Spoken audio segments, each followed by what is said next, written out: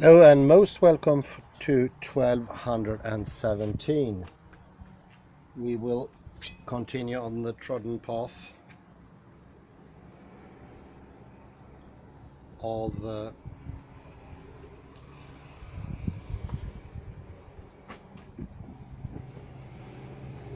quantum mechanics and neurology. I think it's a rather pertinent subject since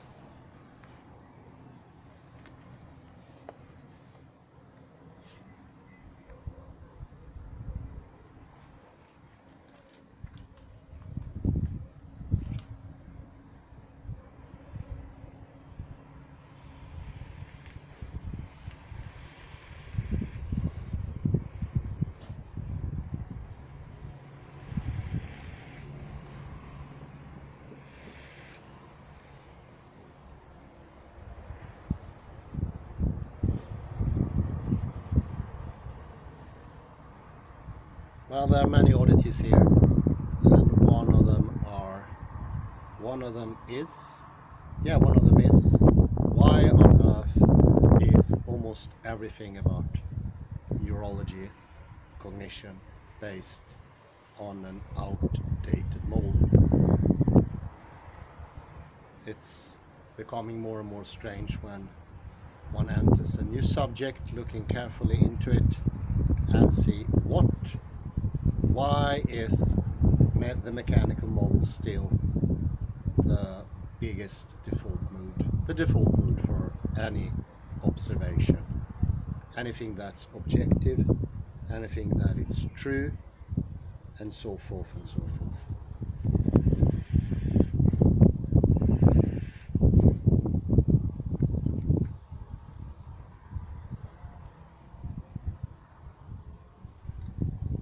So I was just talking about Arndt et al. And Lloyd. Another issue is whether more or less random quantum events can be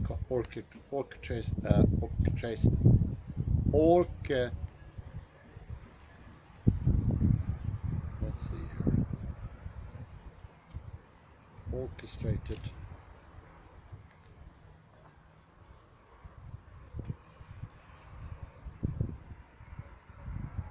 in such a way that the information becomes meaningful for the brain. Thus, the major challenge is to directly demonstrate that proteins such as in microtubules, K-link plus channels, or synaptic vesicles and associated proteins become informative to the organism. It has been put forward that a combination of quantum mechanisms and non-linear chaos theory have to be considered in the amplification of subtle external information necessary for immediate action. And let me put in an example there directly. The robin, it does exactly that. It uses quantum mechanical amplification of a single photon to read off the magnetical latitudes that are way too weak for any magnetic organ in the brain to sort of read off. It's hard even for the most advanced instruments to go into the very smallest latitudes.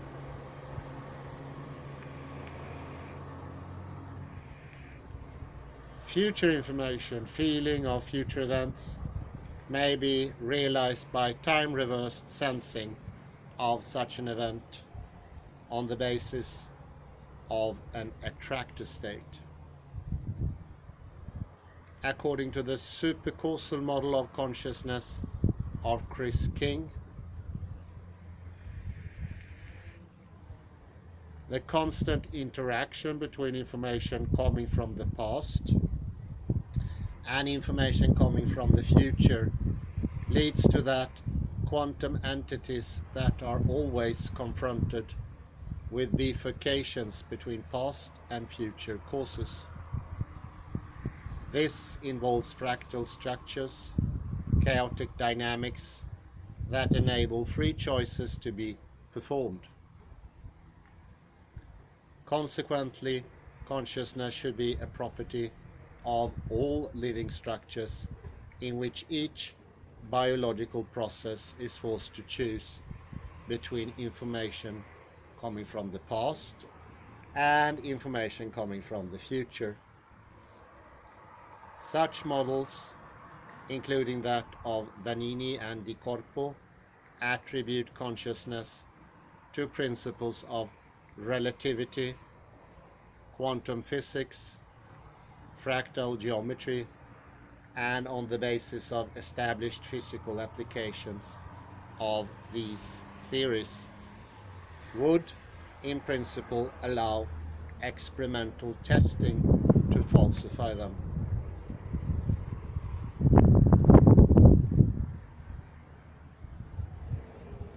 It is of interest that top-down recurrent connections in higher order in the associative cortex was shown to be indispensable conscious perception.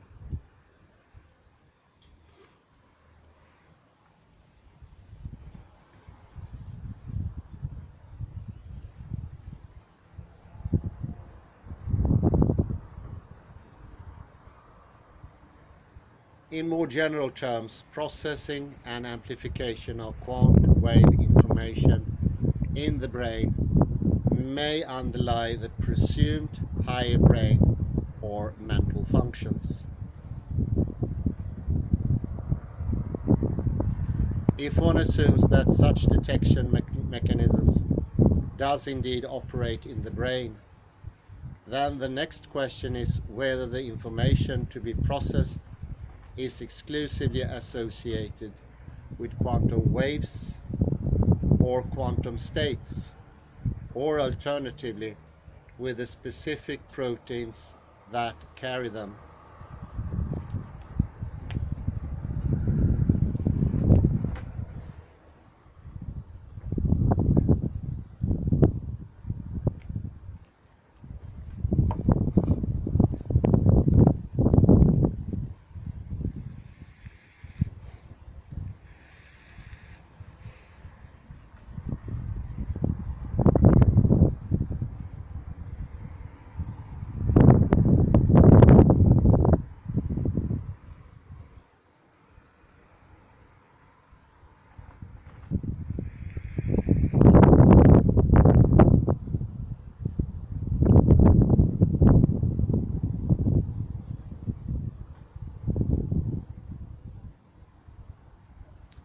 It is of interest that top-down recurrent connections in higher order in the associative cortex was shown to be indispensable conscious perception.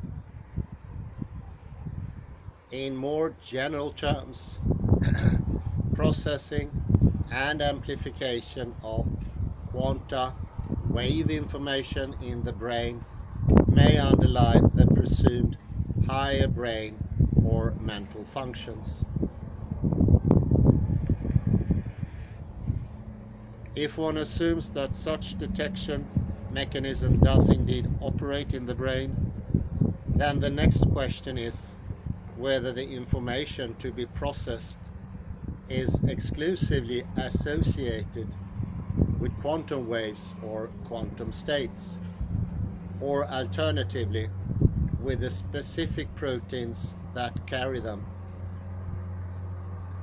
This is more than a semantic question. It implies to us that a theory stating that all information relevant for us, human beings, is carried by quanta or wave information may ignore a realistically biological implementation.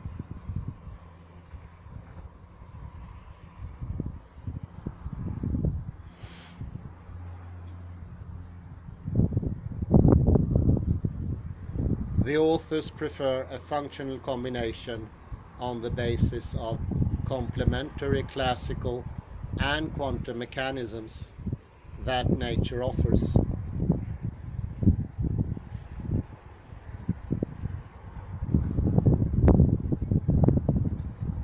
before further discussing the related ideas of possible forward and backward causation, superposition and entanglement in mental space, we shortly treat the idea that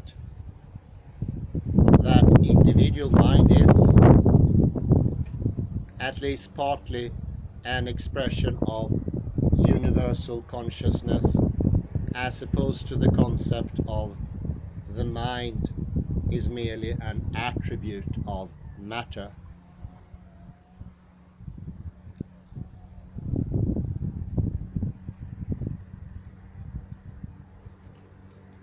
Seven, space, time dimensions, and universal consciousness.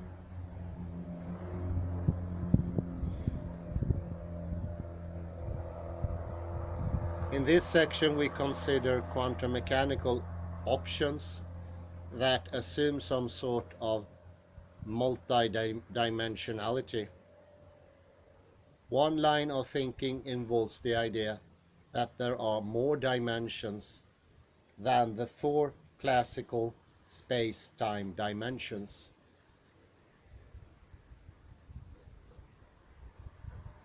The other assumes extra dimensions that enable a mental component of matter.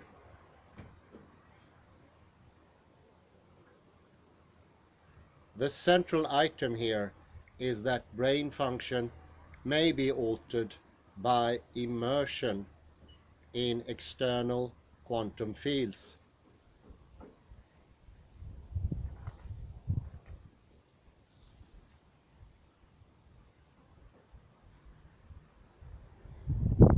That penetrate our organism, including the nervous tissue and thus personal world.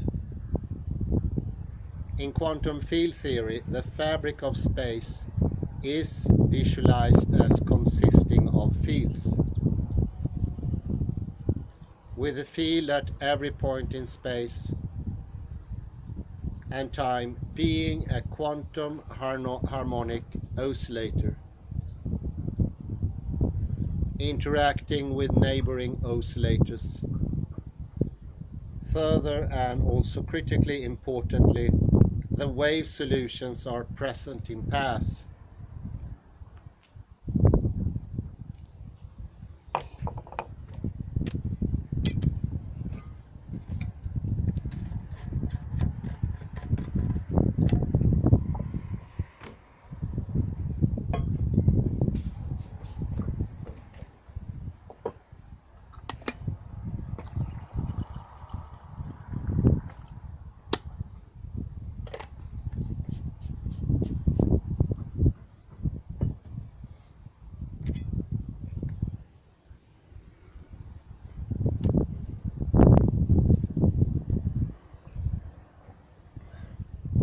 This means that whenever the phase arrangements of intersecting plane waves produce an electron, they will also necessarily produce the opposite phase positron next to it.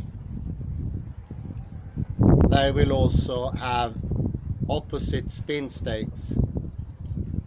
This explains matter-antimatter pair production, which is occurring everywhere in space all the time.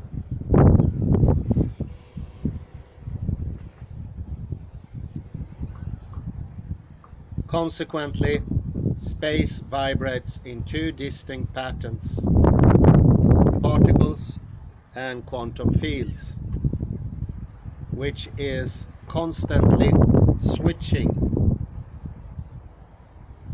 between the two modalities, while matter and antimatter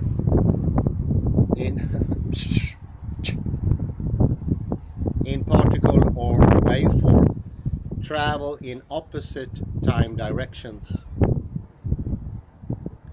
For example, wave information from the so-called zero-point energy field, ZPE, may produce changes in the structuring of water molecules, assemblies within neurons, a quantum phenomenon that is much less influenced by local decoherence and can even be combined with the above mentioned rule of tubule protons events.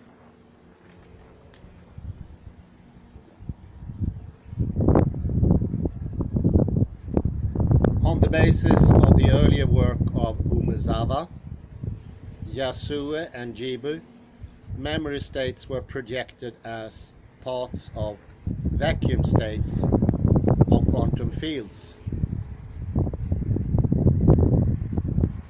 among others by Vitiello and co-workers, in which the brain continuously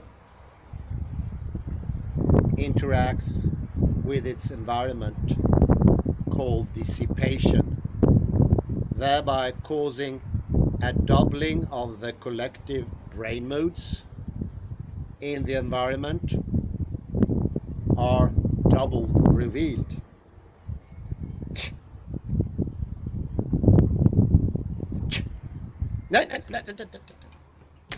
Hallå där.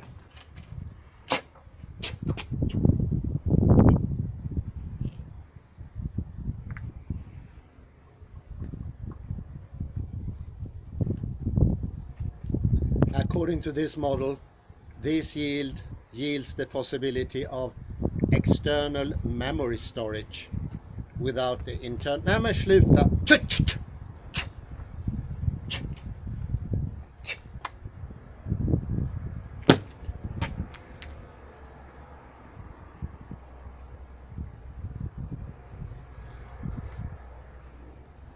According to this model, this yields the possibility of external memory storage without the internal need of...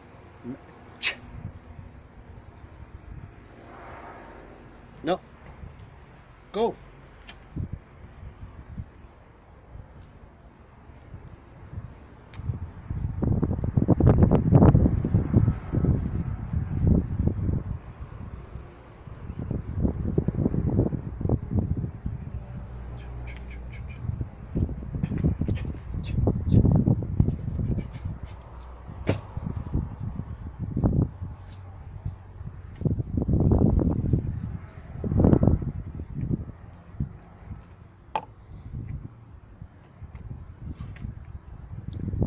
According to this model, this yields the possibility of external memory storage without the internal need of memory overprinting.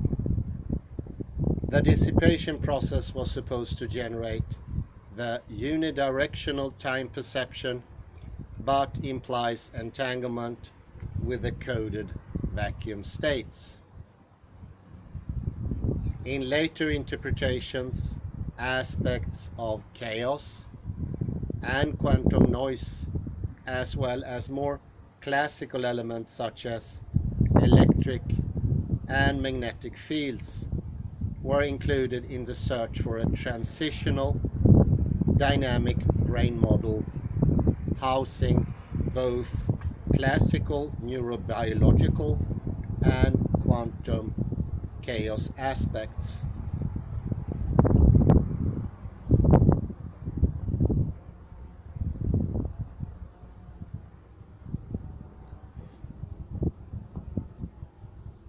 A further refinement of mental dimensions are the various holographic or holonomic theories that have been proposed. A hologram, in fact, is a condensation of a three-dimensional image into two-dimensional frame. The original three-dimensional image object can be reconstructed or viewed with appropriate source of light. A reconstruction is already possible with only a part of the translucent plate, since every part of the picture contains information of the whole.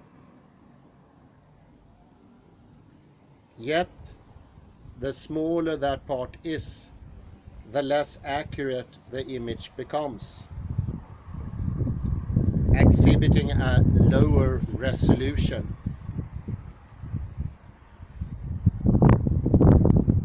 The brain or parts of the brain might then be understood as interference hologram of incoming data and already existing data.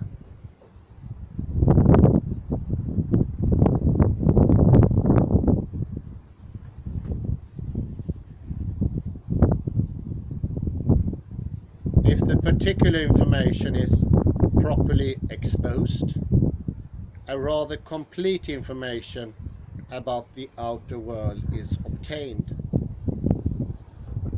The brain might then be considered as an analytic device. Often it is stated that the brain is subject to chaotic processes, thought to be stochastic or unpredictable. This, however, should be reinterpreted.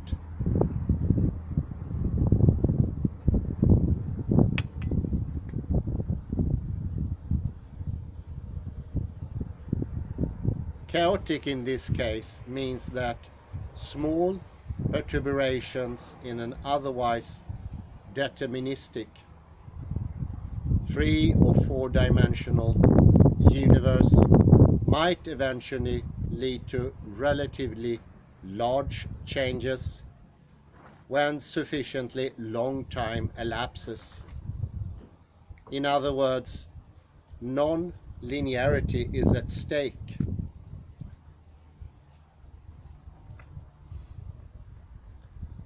Another quantum-associated option is the concept of a multidimensional world, of which we normally perceive only 3 spatial and 1 temporal dimension.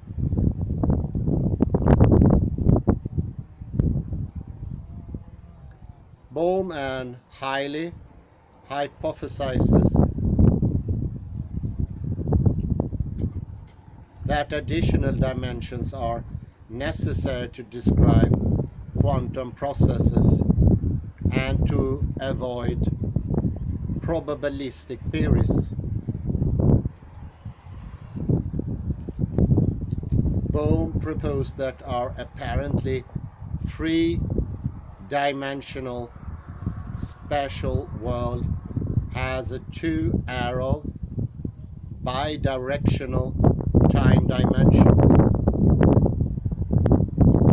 In this concept, the stochastic or double stochastic character of quanta might be explained by deterministic processes through steering of particles in our world by so-called pilot waves originating from an underlying quantum field. The implicate order. According to Bohm, the individual mind or consciousness is an inherent property of all matter and energy, and as such it is part of or rather an expression of this universal quantum field.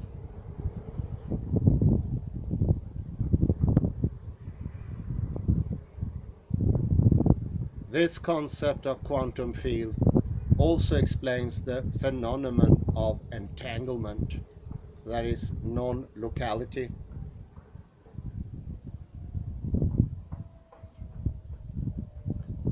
That is, the possibility that localized particles of matter and or energy might instantaneously interact, or better, are correlated even at long distances.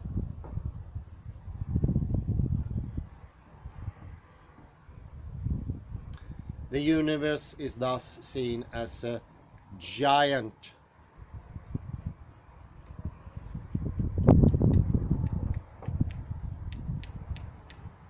superposition of waves, representing an unbroken wholeness, of which also the human brain is a part.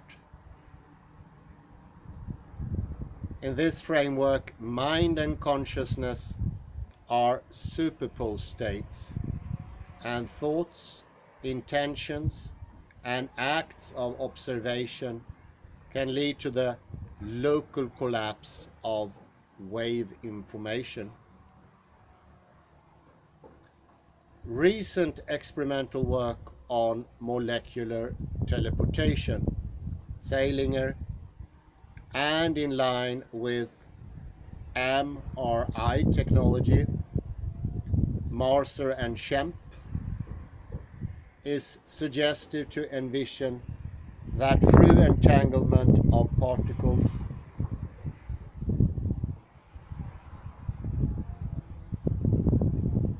non-local quantum information can be recovered locally as usable information.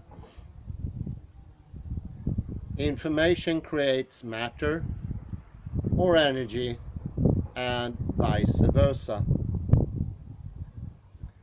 A similar mechanism may play a role between resonant waves of the universal quantum field in interaction with a holographic extension of the brain.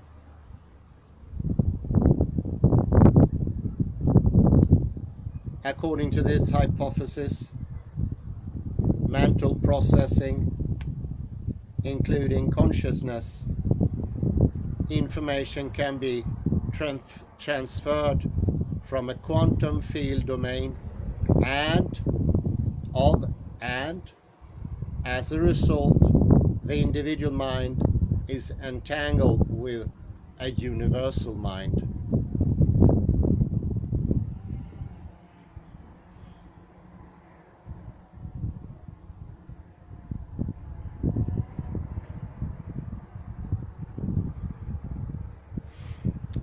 Bohm describes this as the unfolding of information from an implicate order into an explicate order, the world that we know. These ideas have been associated by several founding fathers of quantum physics.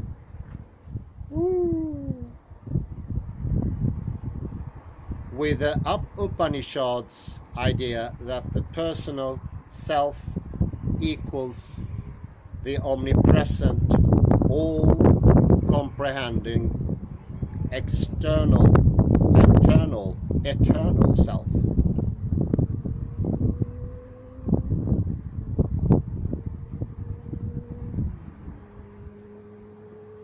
Schrödinger, Bohm, Pauli, and Wegener have indicated into that direction. In 1963, Culbertson already put forward the SRM, that is space-time reductive materialism model, and suggested that consciousness is an aspect of the causal networks of space/time, and all subjective experiences occur in that domain. While individual memory may in fact be a sort of re-experiencing of space-time events.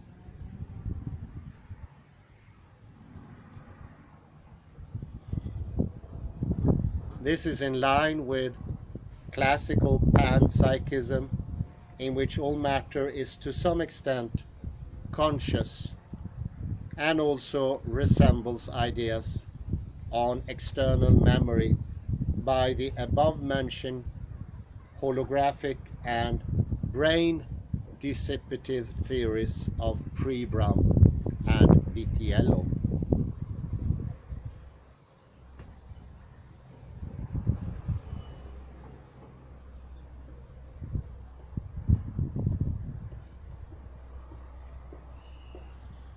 The proposed quantum field, that is non-local and superemergent on the conventional physical space, is perceived as an infinite number of universes in a row. The fourth dimension of this block universe contains all events from the past as well as the possible events from the future. There is no single arrow of time. The future does already exist, but it is a matter of time to reach that destination or location.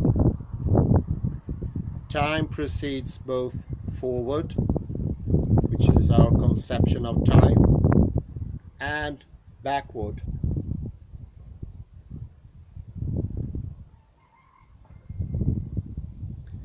We all stay in a small bell of consciousness and experience time only in a limited, subjective way that cannot be shared by others.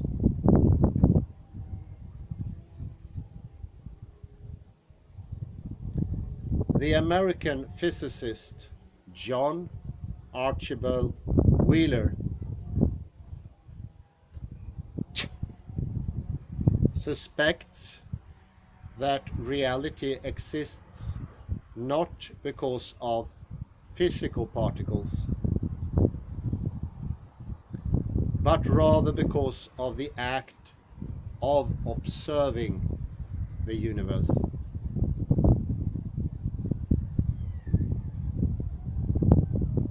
Information may not be just what we learn about the world. It may be what makes the world. In other words, when humans ask questions about nature, there is an active transfer of information in the domain of quantum waves.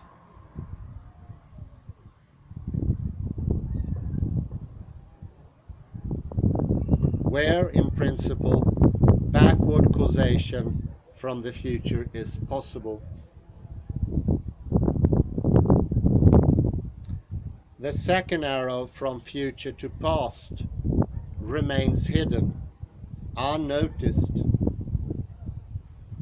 for us, because life is trapped in the momentum of time. Entanglement means that particles separated at any distance under certain conditions can have mutually determined properties. In this block universe, multiple paths of lives or lifelines are laid out, of which the individual chooses a single one.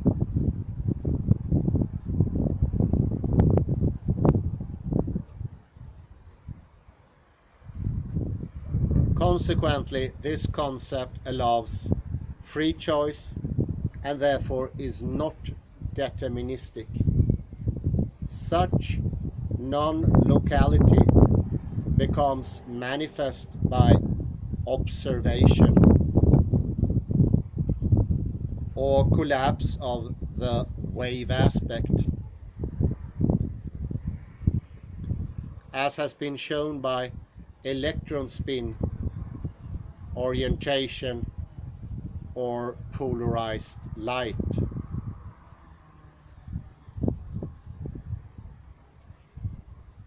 This might also be viewed as backward causation.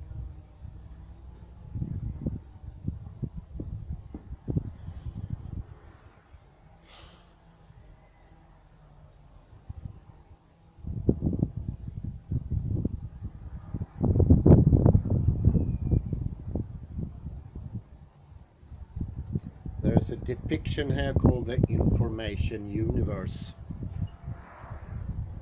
I will add a link to this so you can download the whole paper. I'll just try to describe, which is hard, of course. It's a picture, not very easy to describe. I'm just gonna put.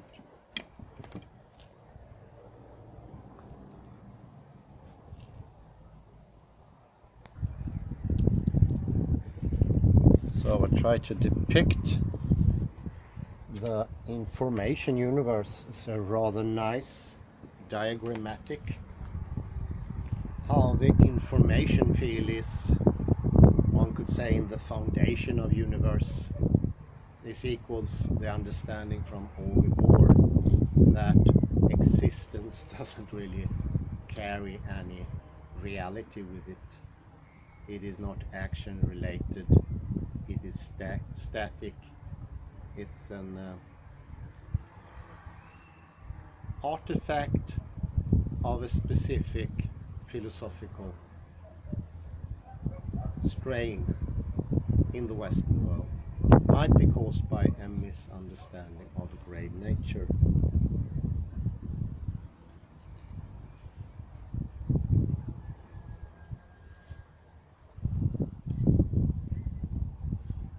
This is an integrated scheme depicting the universe as a circular flow of information with its material, that is the right part of the figure, and mental, left aspects. The latter does not imply a dualistic approach, rather a complementary and unitary matter-mind modality is assumed. This concept assumes a central quantum information field that provides the very basis for creation of our universe and dynamically evolves further through cyclic feedback processes from the present reality, in which natural, among others humans, and artificial intelligence play crucial roles in observation and participation.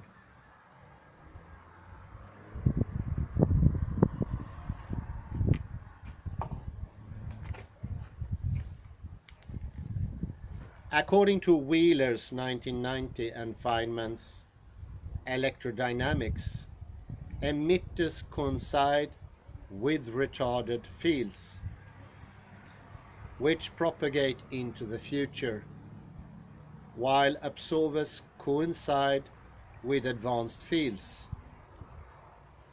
which propagate backward in time.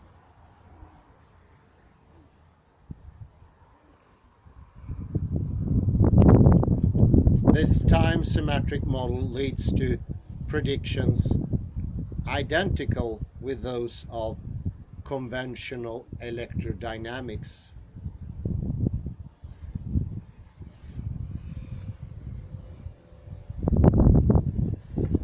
For this reason, it's impossible to distinguish between time symmetric results and conventional results.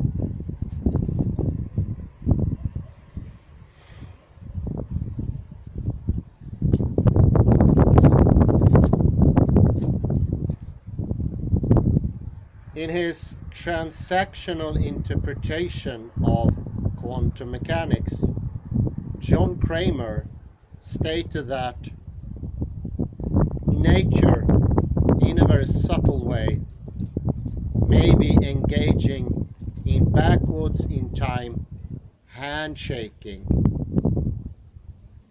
The transaction between retarded waves coming from the past and advanced waves coming from the future gives birth to a quantum entity with dual properties of the wave/particle.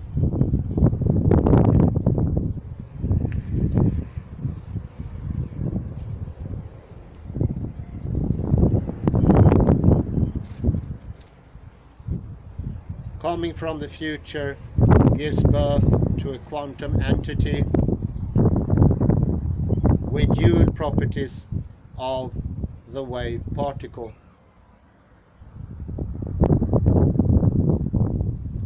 Thus, the wave property is a consequence of the interference between retarded and advanced waves.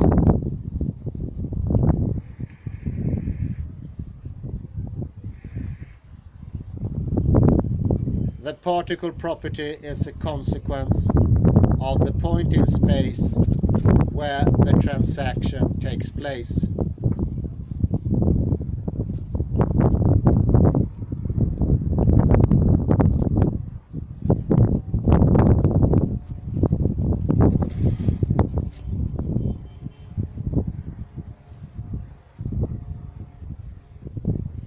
The transactional interpretation requires that waves can really travel backwards in time. This assertion seems counterintuitive as we are accustomed to the fact that causes precedes effects.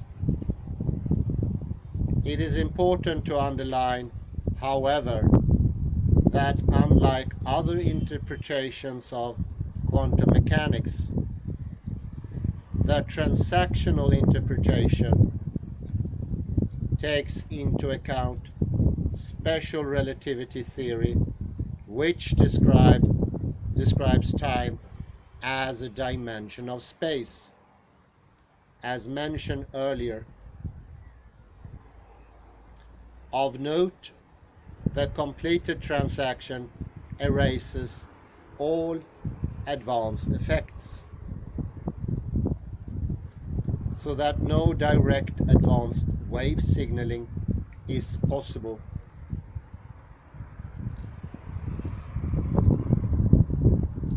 The future can affect the past only very indirectly by offering possibilities for transactions.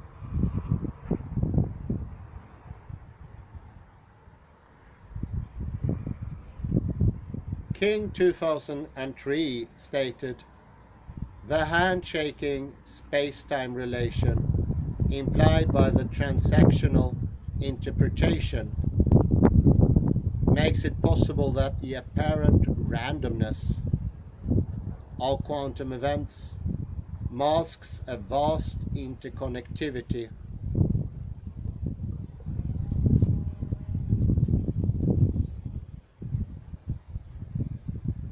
at the subquantum level, reflecting Bohm's implicate order, although in a different manner from Bohm's pilot wave theory."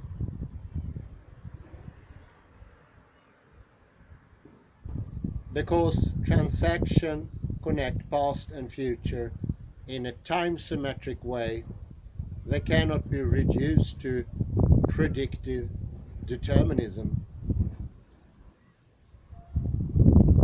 Because the initial conditions are insufficient to describe the transaction,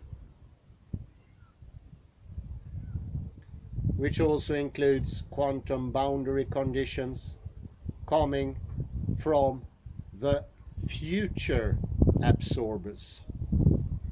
So you see the interconnection between future and past here. One could say that they are entangled. However, this future is also unformed in real terms at the early point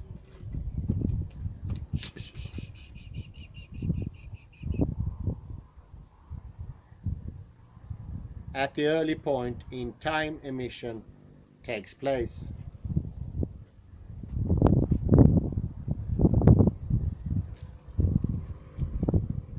The principle of backward causation has been experimentally demonstrated recently. Aharanov's teams and various collaborating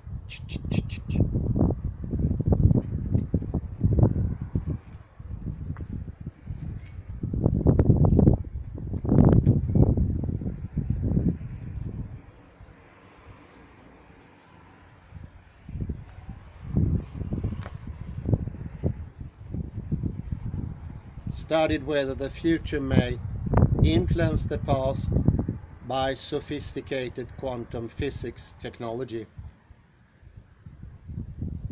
Aharonov concluded that a particle's past does not contain enough information to fully predict its fate.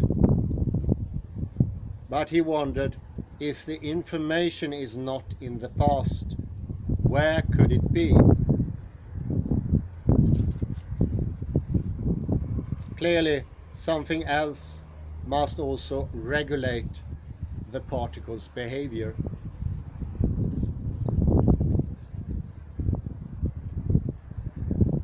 Aharonov and co-workers proposed a new framework called time-symmetric quantum mechanics.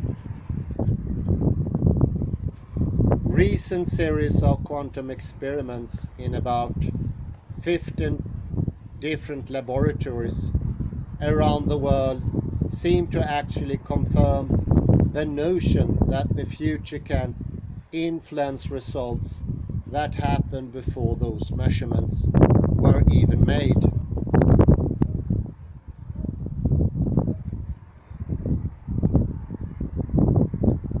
Generally, the protocol included 3 steps. A pre-selection measurement carried out on a group of particles.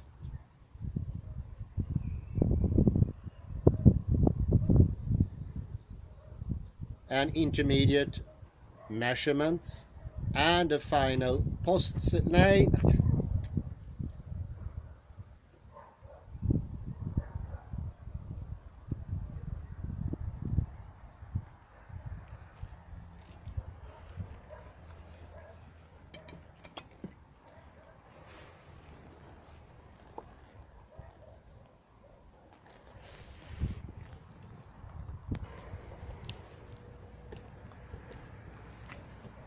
problem is solved.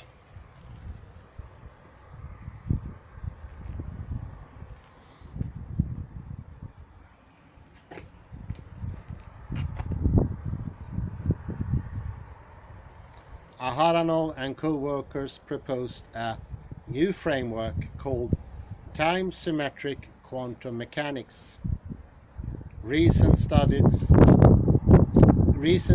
of quantum experiments in about 15 different laboratories around the world seem to actually confirm the notion that the future can influence results that happen before those measurements were even made.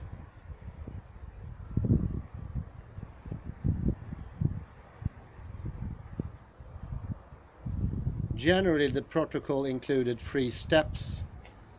A pre-selection measurement carried out on a group of particles, an intermediate measurement, and a final post-selection step in which researchers picked out a subset of those particles on which to perform a third related measurement. To find evidence of backward causality, meaning information flowing from the future to the past, the effects of so-called weak measurements were studied.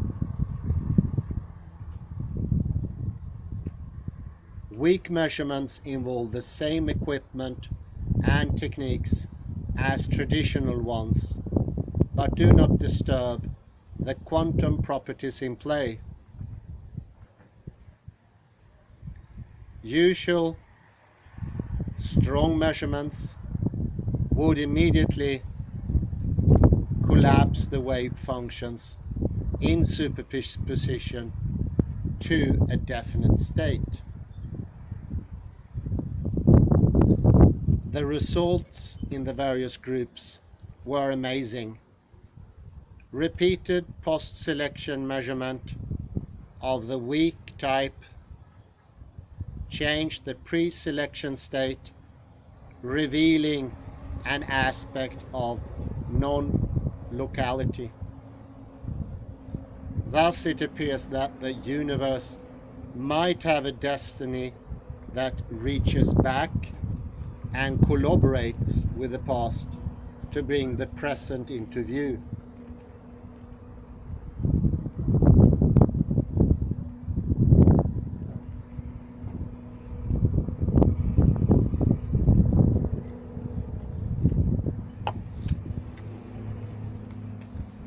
On a cosmic scale, this idea could also help explain how life arose in the universe against tremendous odds, and confirms the idea that knowledge was inherited from a common information pool.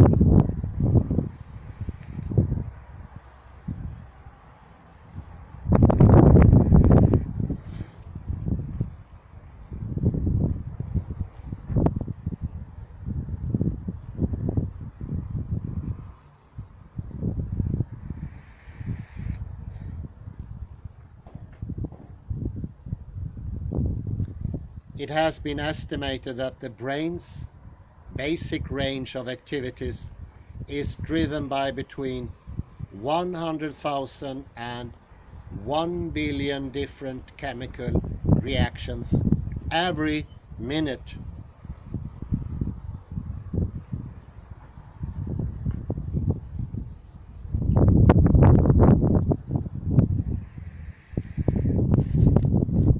The average human brain contains a minimum of 20 billion individual neurons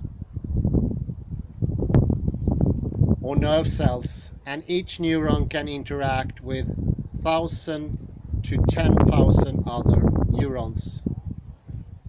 In fact,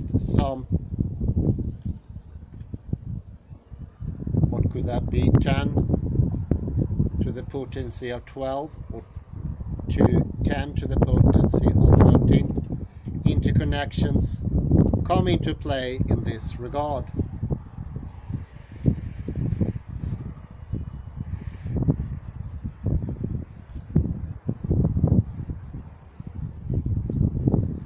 The aforementioned estimate of possible interactions in the human brain is likely an underestimate, since it solely refers to the neuronal cells and not to the other cell types in the brain that outnumber neurons at least 10 times.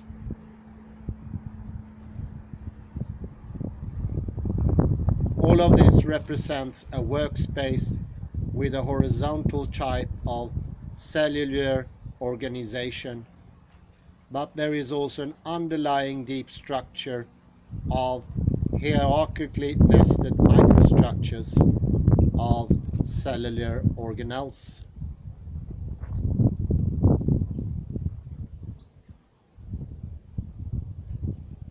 Cytoplasms, molecules, the constituting atoms, elementary particles, string modalities of the latter, as yet hypothetical, as well as spin networks at the Planck scale.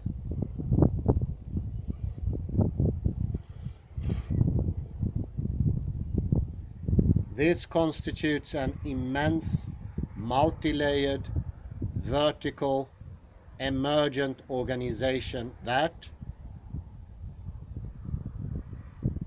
at the various levels, may become interconnected among others due to electrochemical forces and quantum entanglement.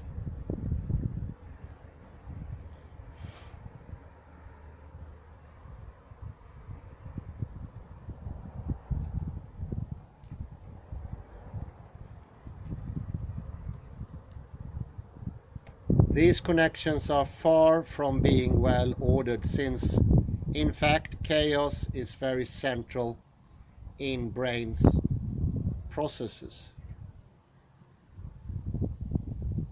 This chaos, which comprises a real turmoil of diffuse stimuli processing activities, is the precursor of a coherent equilibrium at higher levels.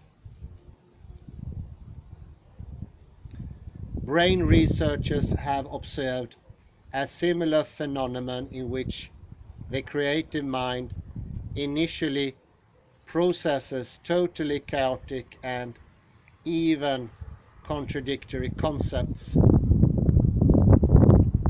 that ultimately translate into the initiation of order and stability in the later stages of the creative process.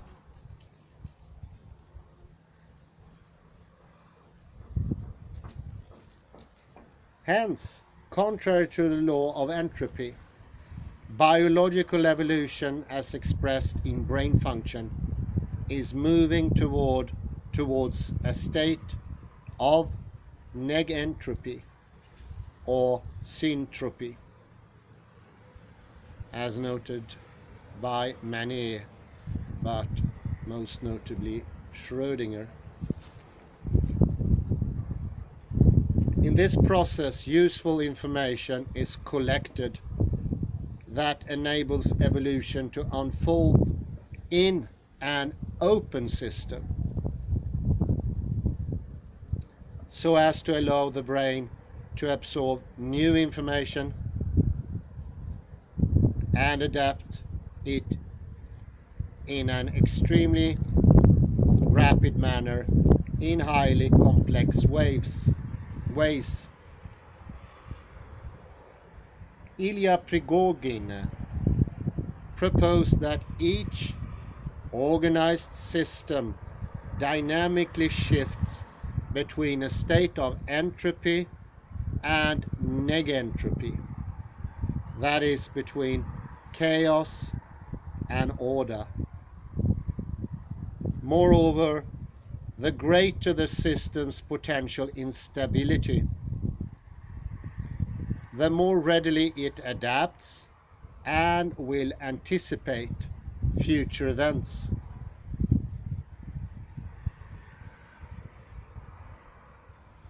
As mentioned earlier, the latter may be related to backward causation in quantum coherent parts of the brain.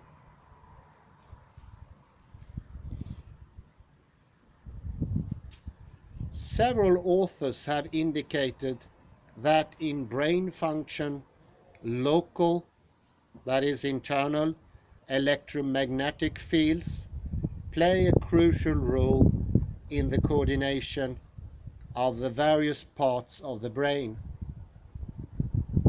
The latter author, which is McFadden, developed the conscious electromagnetic field theory, postulating that consciousness is a product of an electromagnetic field of the brain that is clearly demonstrated by EEG signals and could explain binding of various brain activities and provide the wave mechanical drive of free will.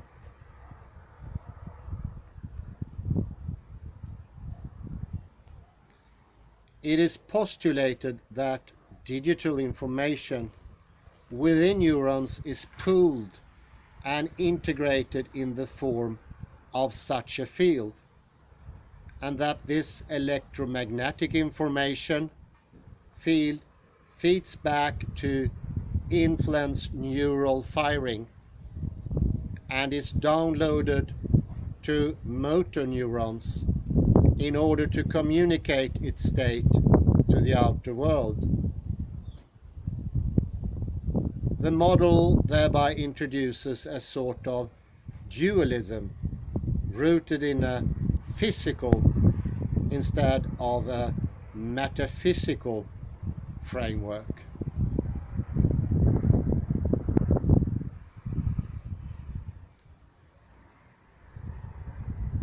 This theory, as well as the well-known geomagnetic influence on internal clock function, may indicate that our brain acts as an open system that can receive electromagnetic and very likely also quantum signals, the latter originating from universal quantum fields.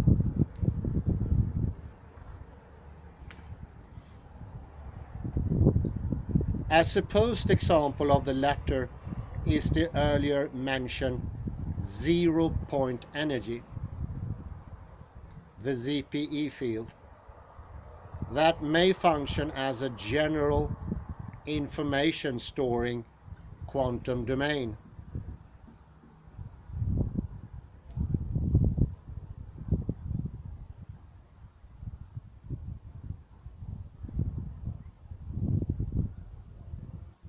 That penetrates the entire universe, including life organisms.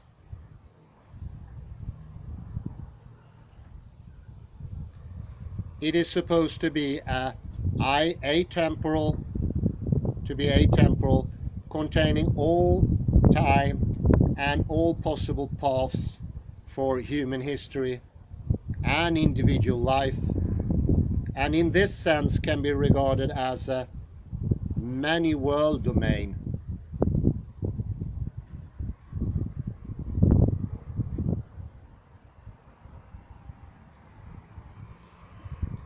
Bridging the quantum physics interpretation of Everett and Bohm.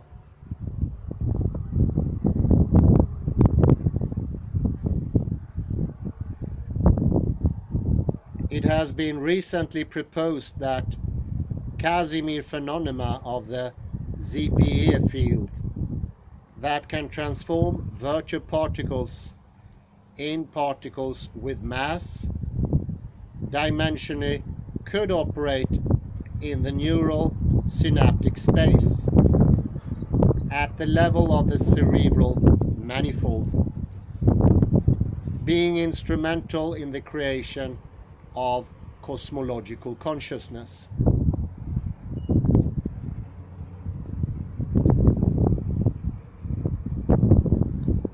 The influence of the latter field on the brain can also be top-down due to entanglement with this universal knowledge field, in which the human brain may function as an interfacing unit for bidirectional exchange of quantum information, thereby enabling superintuition and post-selection of final states, including backward causality in biological evolution. In conclusion, concepts that take into account aspects of a universal consciousness or a quantum knowledge field can entirely be based on established physical theory.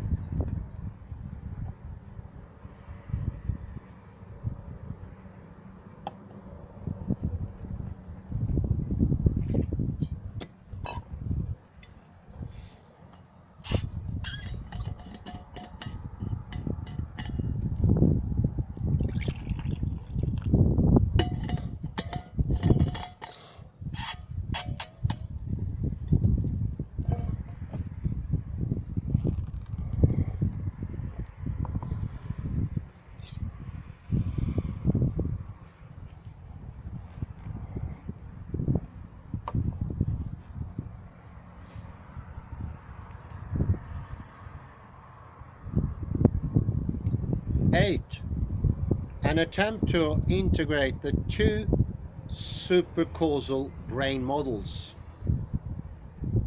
the two models in a complementary mode.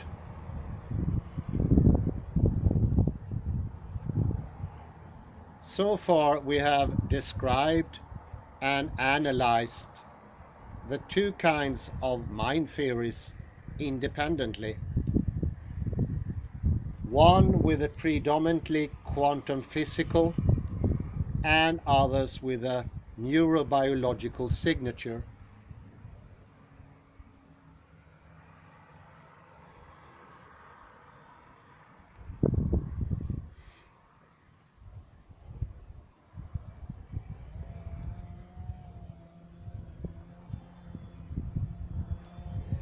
We have advanced the idea of brain isoenergicity and high potential energy as general principles of both normal or classical brain physiology. A major weakness of the emergent materialistic concept underlying the isoenergicity and potential energy model, as well as various alternative QM models, is that the actual physical configuration of mental state remains to be defined.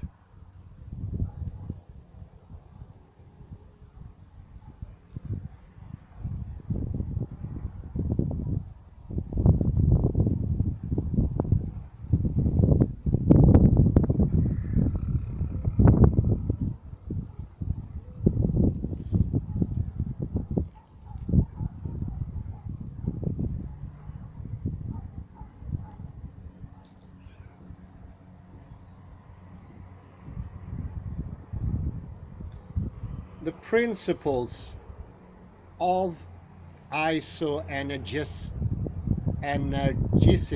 however, does not exclude a rule of amplification of quantum mechanical processes via various types of brain constituents at the micro and macro levels.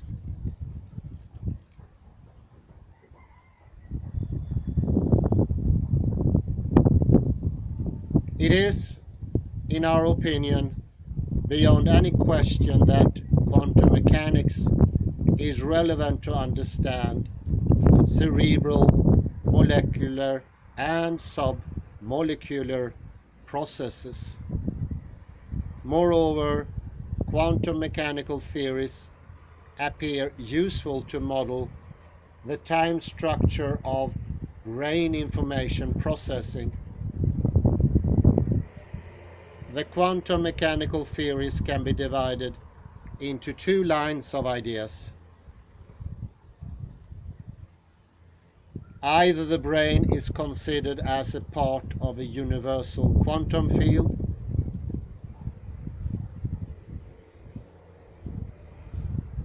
or that at least some brain molecules enable and support the mental state. A central issue of the current quantum mechanical theories is whether and how random quantum events are orchestrated in such a way that they become meaningful information for the organism.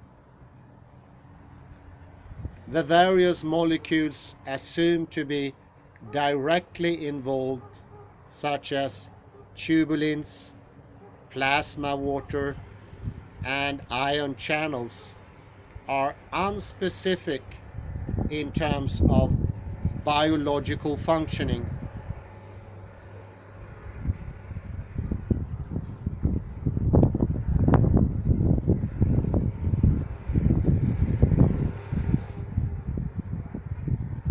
That is, they are involved in a multitude of neural functions, for instance a wide variety of neurons and other cells such components.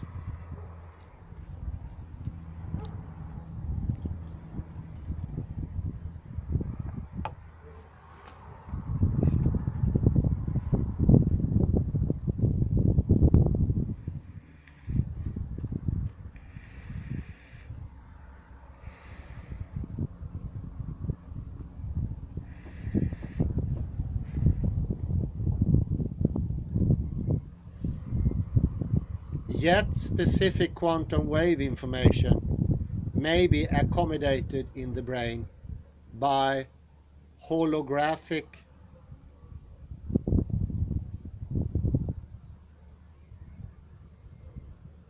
wave resonance with either of these cellular elements, even at the most basic micro levels.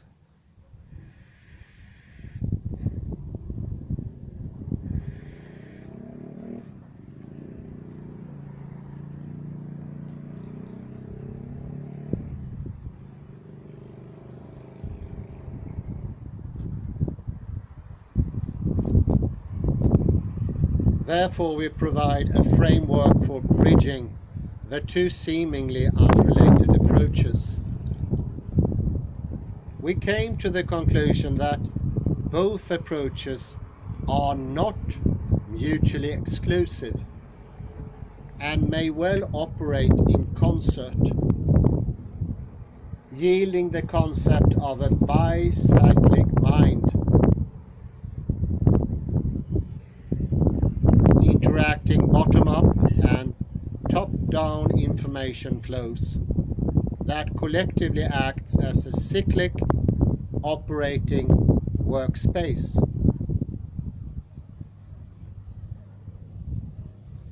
Complementarity is considered as a useful concept for consciousness studies, as pointed out by Pauli and more recently by Wallach and Römer in 2000.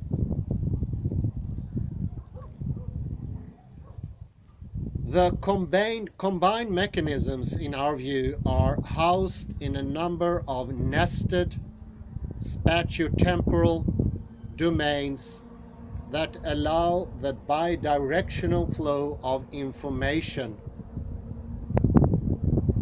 while within the various domains, direct communication is supposed between the particular isoenergetic and quantum modalities.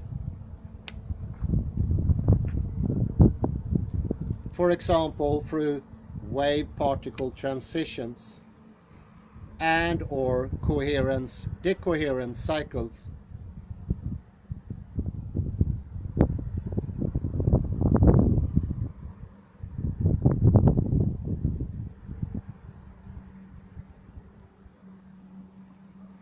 Within this dynamic context, the causal or normal time perception and tense time perception, although separate phenomena, may still become correlated.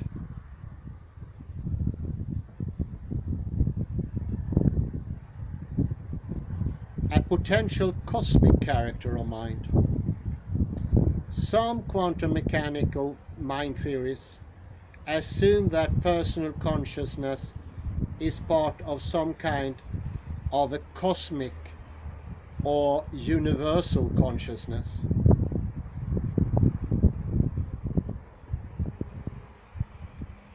In section C6, we refer to a recent theory on the nature of gravity, Verlinde, proposing that information in terms of entropy, that is energy and time, is a fundamental principle of both quantum mechanics and Newtonian physical laws.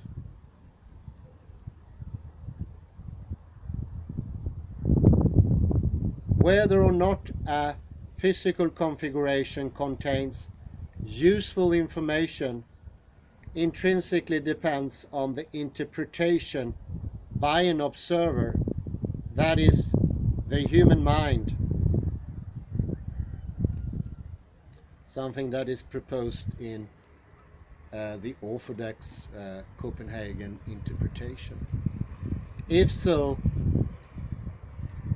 then local gravity is induced by entropic displacement if matter and information is also created by the universal mind in interaction with the human mind. This suggestion implies that mental states may not exclusively be associated with hard quantum mechanical theories, but to even more general entropic principles.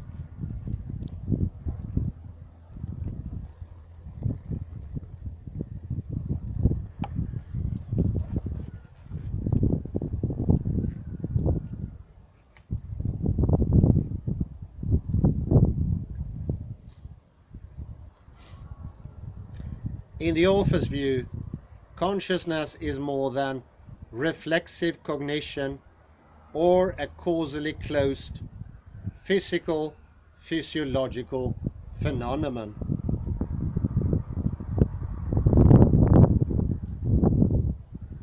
Hence, we consider on the basis of physical mechanisms additional aspects such as emergent information processing, as well as time reversed and field mediated transfer of information. Both of the presented models collectively contain one or more of the following ingredients.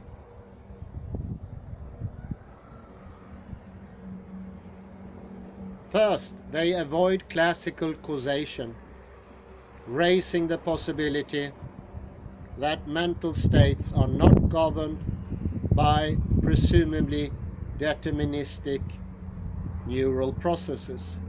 Second, they imply some form of universal consciousness with which the individual mind and consciousness interact. Third, they assume that human consciousness can exert causal power in the physical world. Fourth, they may explain transitions of mental modalities from sub or unconscious thoughts and processes to consciousness and vice versa.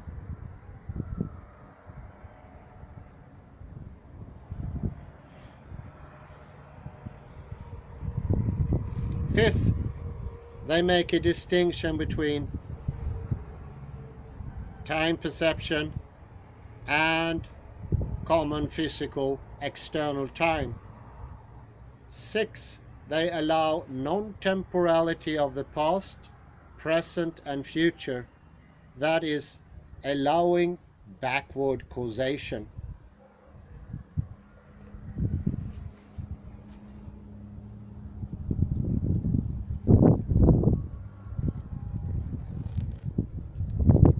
Multidimensional and time aspects. In this respect, we emphasize the attractiveness of a multidimensional space-time universe and related field theories explaining non-local information processing.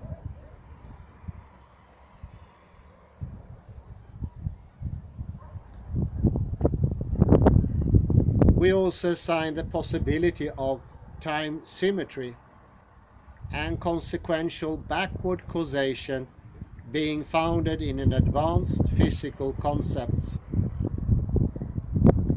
In multidimensional mathematical theories, and in the quantum mechanical concepts. Taking into account these aspects, the question arises how the brain is positioned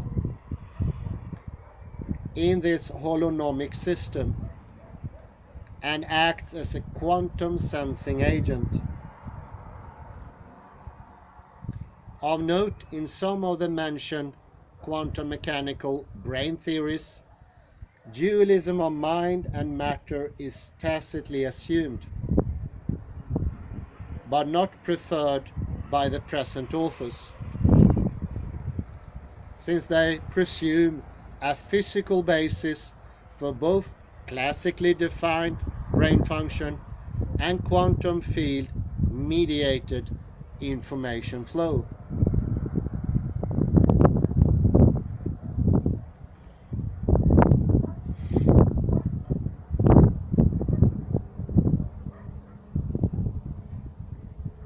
We have speculated on the creation of a personal universe as related to the universe of consciousness.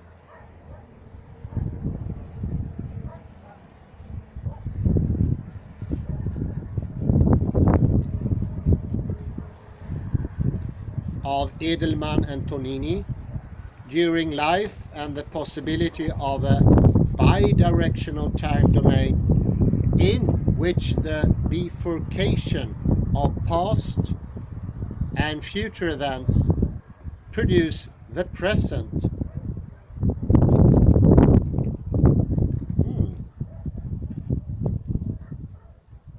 Very interesting. That future events may influence the past was originally suggested by Kramer and experimentally researched by the earlier mentioned Aharonov. Interestingly, so-called two-time physics was also proposed by Bars et al., claiming that proper modeling of nature requires at least two time dimensions. This information takes the form of hidden symmetries,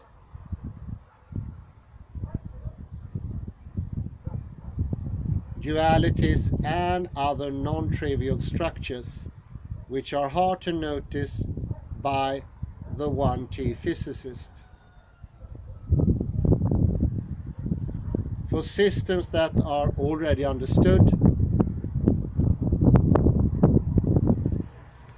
two-time physics tells us that the description of dynamics via the usual one-time formalism should be interpreted as emergent dynamics that holographically represents an image of a deeper, higher dimensional structure in one extra space and one extra time.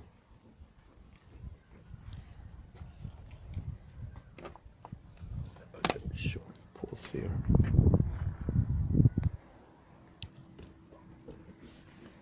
We continue here.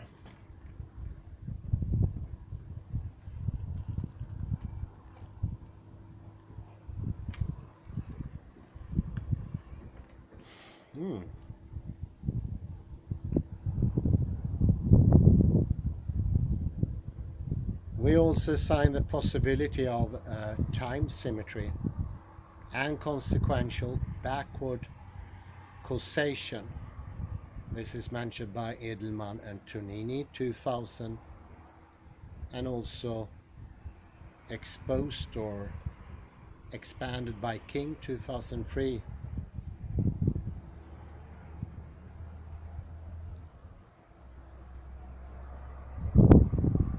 For systems that are already understood, two-time physics tells us that the description of dynamics via the usual one-time formalism should be interpreted as emergent dynamics that holographically represents an image of a deeper, higher dimensional structure in one extra space and in one extra time. Recently, a field theoretical description of two-time physics has been established.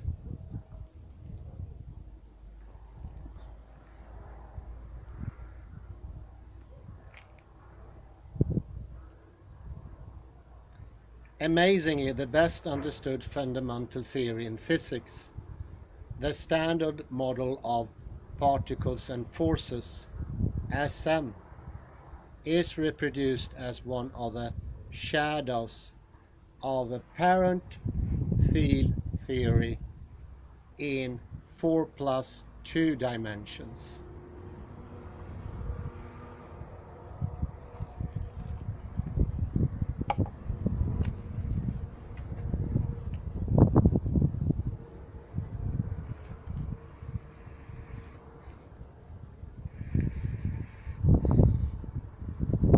Clearly, any organisms and also the brain is an open system, implying a continuous interaction with the environment. Quantum mechanical theories of the brain-mind assume that, apart from sensory information, wave information is continuously imported in the brain and concomitantly exported.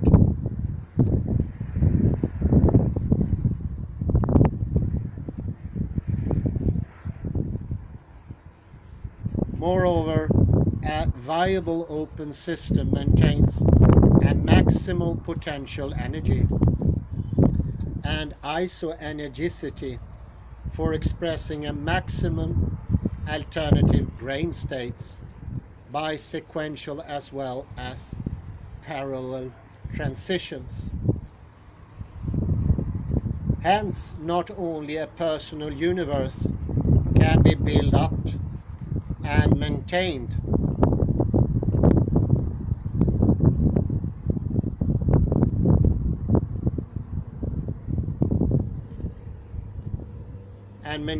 in individual life, but according to quantum mechanical concepts, a concomitant personal state is produced within a universal knowledge domain that is a dynamic field accumulating new data and personal experiences during life.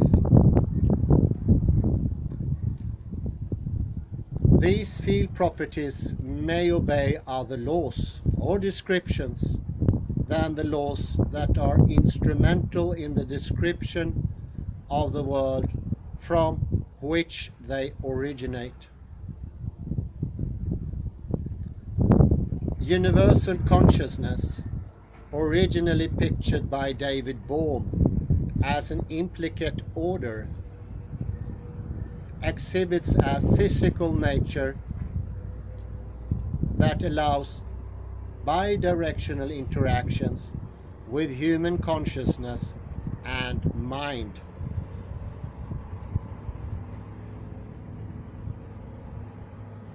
Bicyclic operating workspace, top-down and bottom-up flow of information.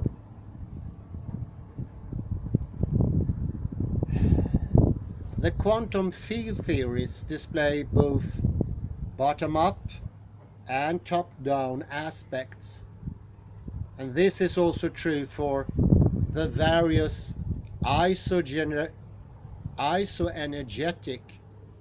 that is, emergent processes. Yet the latter may predominantly operate in a spatiotemporal bottom-up direction. The latter would start at the Planck scale and gradually become expressed at the higher molecular and cellular levels.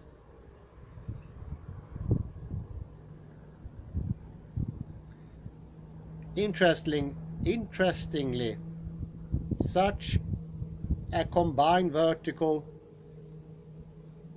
counterflux of information would provide an integrated cybernetic control system that may enable highly efficient and rapid perturbations in brain function, with some delay also being expressed at the horizontal neuronal network level. Such a versatile operating system may also allow neural signal amplification, as well as forward and backward causation. The latter through holographic interference of past, that is memory, and future informational aspects.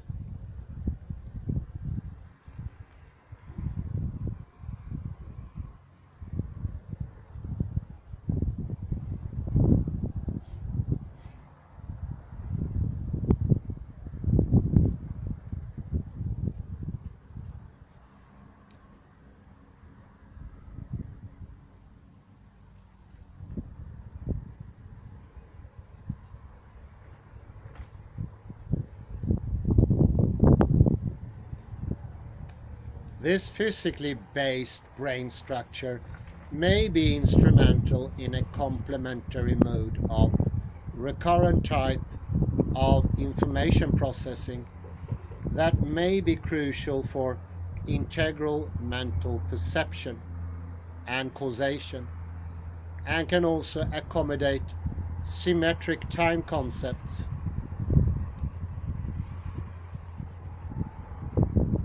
We propose that such a specialized, multi-layered physical brain compartment may represent a workspace in which the two bridging and supercausal isoenergetic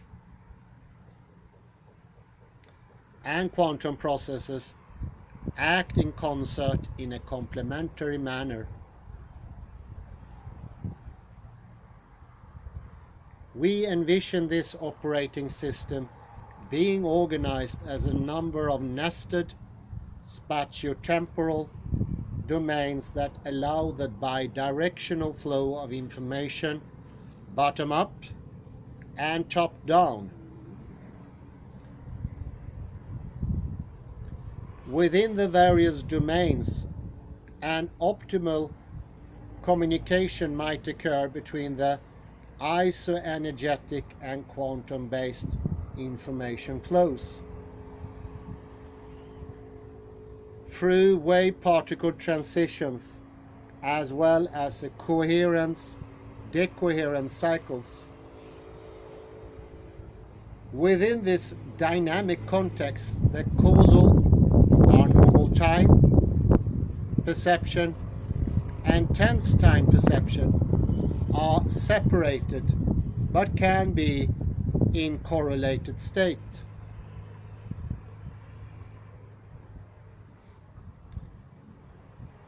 The supposed interacting cycles of both the isoenergetic and quantum-mediated streams of information may exhibit nonlinear features, enabling the amplification of minimal information signals for the realization of rapid action of the organism in relation to interpreting the environment.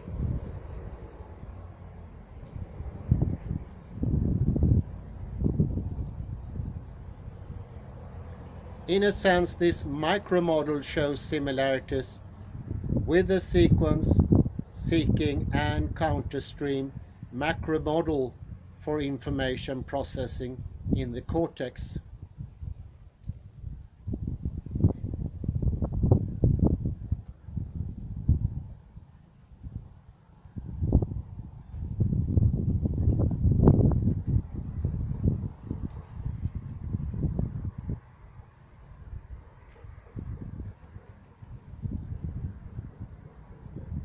In order to show how such a cyclic mental workspace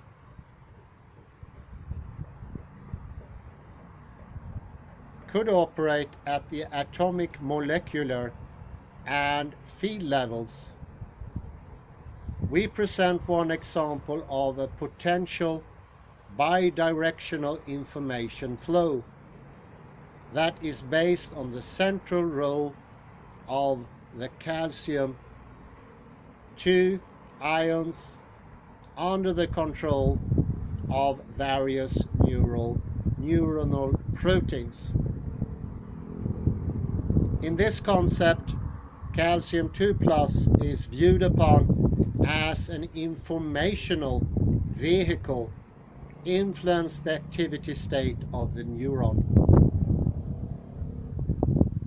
Similar schemes could be imagined for other molecular mechanisms, mediating the tuning of cellular activity into large-scale patterns in the context of the creation of higher mental functions.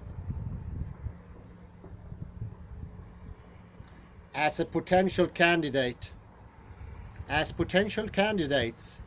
the hydrogen atom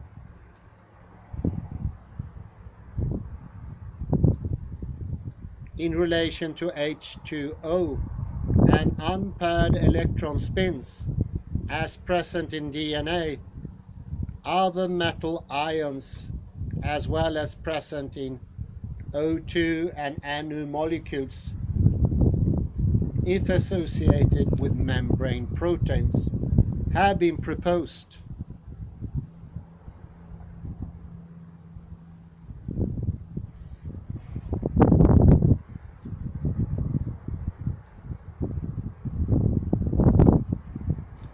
We have a depiction called the cyclic mental workspace.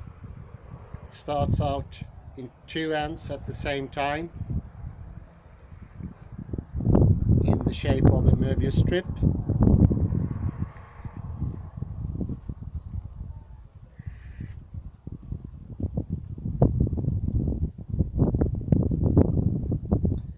And first superstrings, and then we have elementary wave/particles, bosons and electrons, and then we have atomic structures, metals and ions, and then we have molecular three-dimensional structures going up to cell organelles and membranes, single neurons, networks of neurons, intercellular spaces and EM force fields, whole brain with right and left hemispheres,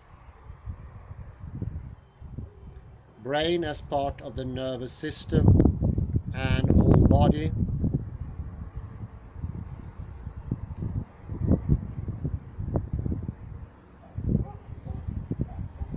brain as expression of cosmic consciousness,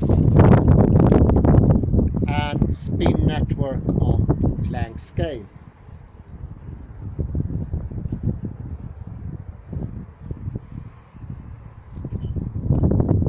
And this is potential cybernetic effects on various levels of brain organization.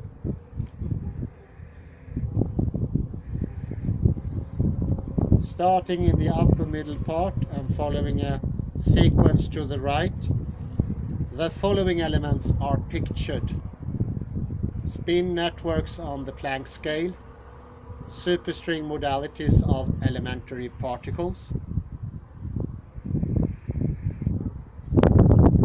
elementary wave particles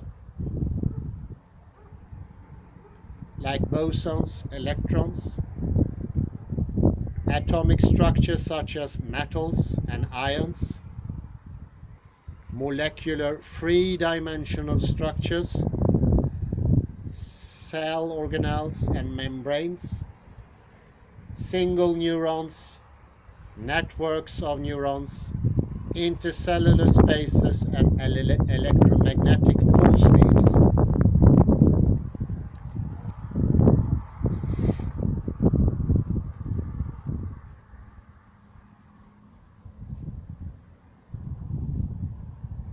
whole brain with right and left hemispheres, brain as part of the nervous system, and whole body, and finally brain as a holographic expression of cosmic consciousness.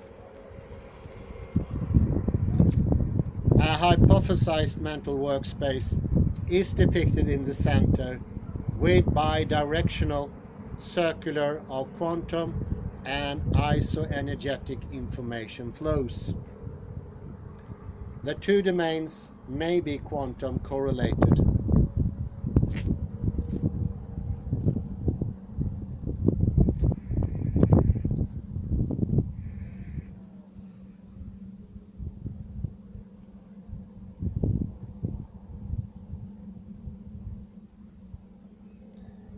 We emphasize that the sequential steps may both contain quantum-based and classical neurological mechanisms, except the spin and or string-mediated initiation events that should be merely seen as a quantum process.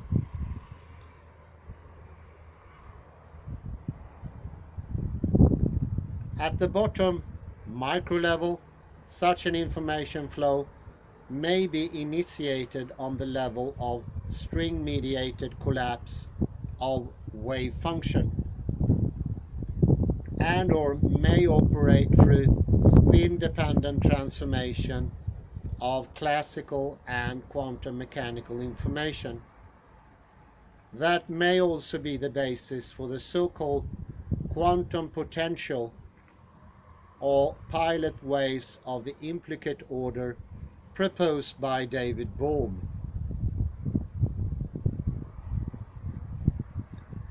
The corresponding four-dimensional space-time domain also introduces aspects of two times physics, tensed and causal time.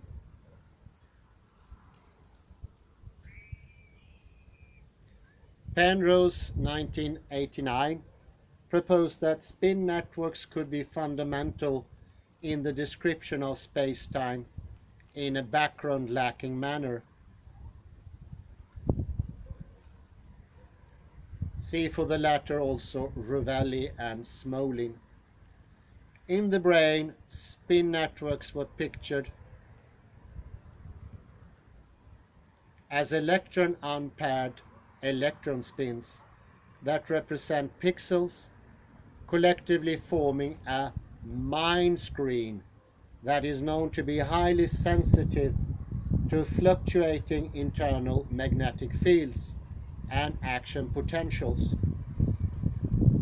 Such perturbations were considered to modulate neural dynamics, but also could enhance synchronization and stochastic resonance, as have been noticed in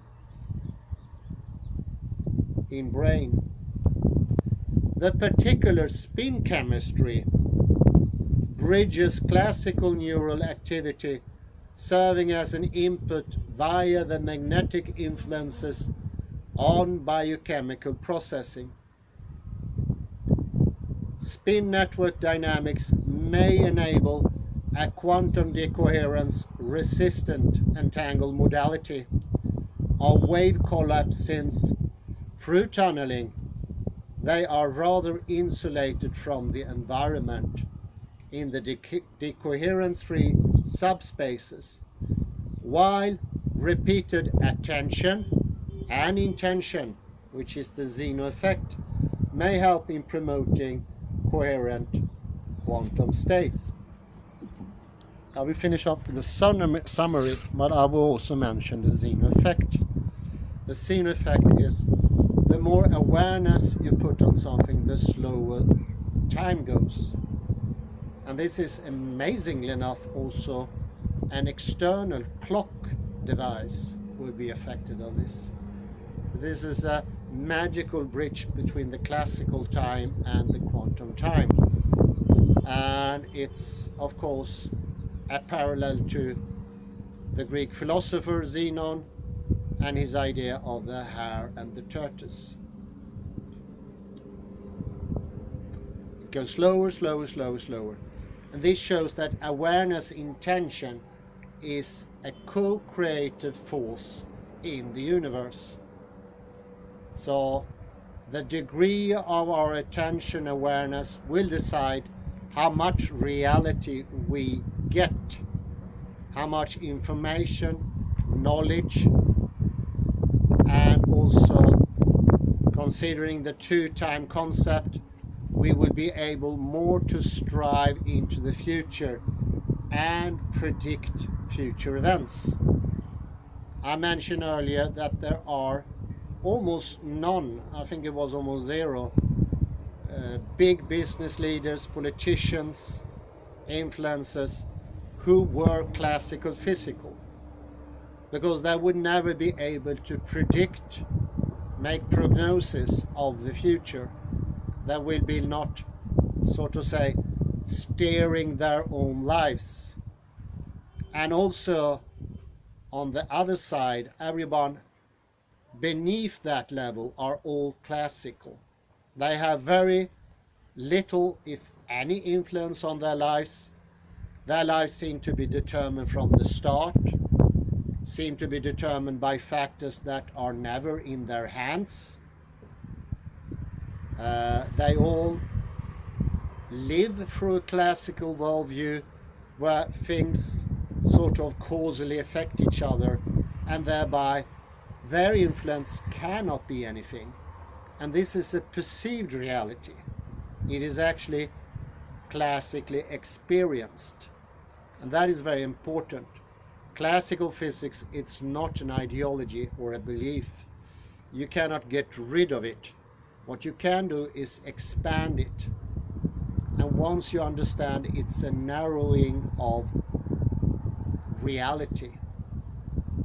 And I would say it also has this strain of that your perceptions are no longer your own. Being in the classical mechanical idea is neglecting physics, reality.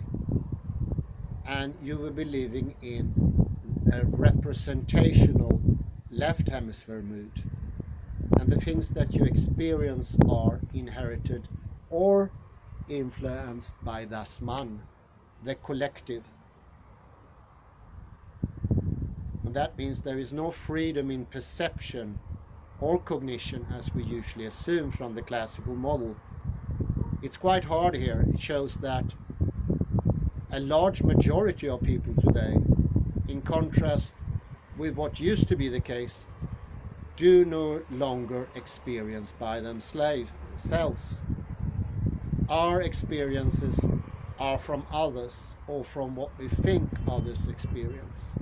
This is the classical model, and I would also say it's an autoimmune disease, because in every moment you will be fighting your own system. You will be fighting the true physics, the two times, and a space that goes back and forth with the start of you as the observer, not some unknown point, a transcendental origo somewhere, and observed by the panopticon or a similar non-existing organism, whatever panopticon is. It's a healthier way of being, and I would say that the salutogenic aspects of quantum physics are incredibly important. I think they are the only things that can heal the system, so clearly shown by Mayer in this article, that if you don't understand and can predict your future and know your future, every step you take will be filled with anxious nervousness, and you will be throwing dice every time. You will be a knowing person.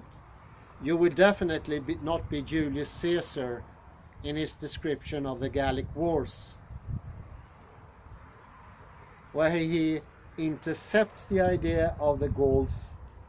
He thinks 3 steps ahead, never ever using the classical model. He was thankful enough not to be born within the Newtonian idea of different scenarios. where you see the past as a movie, and you can put movie strips together to predict the future. This is a debased, non-serving, mythological artifact of the past, and it, as shown by Mayer and also from quantum mechanics, it can never work. It's doomed to make all your predictions either go out in the sand. The best thing to act is probably not to act at all, to just shove all decisions into the future, or just use chance when you do the decisions. But to compare scenarios, this is as far as you can come from reality. Everything in future is potential. It doesn't mean unknown, because if we are ourselves quantum physical, we will reach into the potential and thereby be able to make predictions that are not causally determined from the beginning. As I said in the last lecture, we do know today that the basis of the world is absolutely undetermined. It is open, and it's this open potentiality that makes reality possible, and also shows that consciousness comes first. Awareness, trained awareness, can make your reality be what you want. An untrained reality is the one lower in the hierarchy. They have to be obedient in their experience, and possibly, as indicated by Bohm, that is a lack of freedom as well, in a very fundamental way. It is not even your reality, whereas that didn't used to be the case. People were free to live in whatever reality they chose. That freedom is gone today, except for the highest stratum. Once more, this Hari Yuvari. Okay, I say thank you very much and have a very pleasant afternoon. Bye bye.